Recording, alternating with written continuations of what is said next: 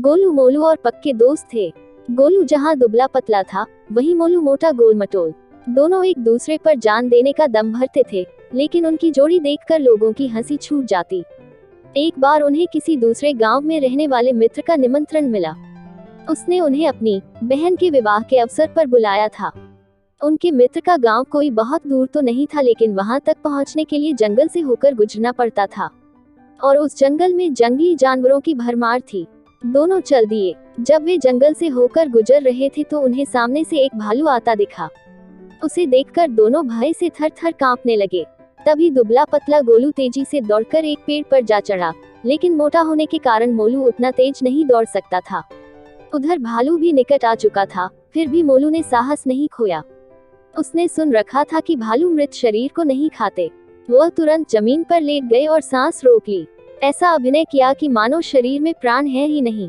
भालू घुरघुराता हुआ मोलू के पास आया, उसके चेहरे व शरीर को सूंघा और उसे मृत समझकर आगे बढ़ गया। जब भालू काफी दूर निकल गया तो गोलू पेड़ से उतरकर मोलू के निकट आया और बोला, मित्र, मैंने देखा था। भालू तुमसे कुछ कह रहा था। क्या कहा उसने? मोलू ने गुस्से में भरकर जवाब दिया, मुझे मित्र कहकर न बुलाओ।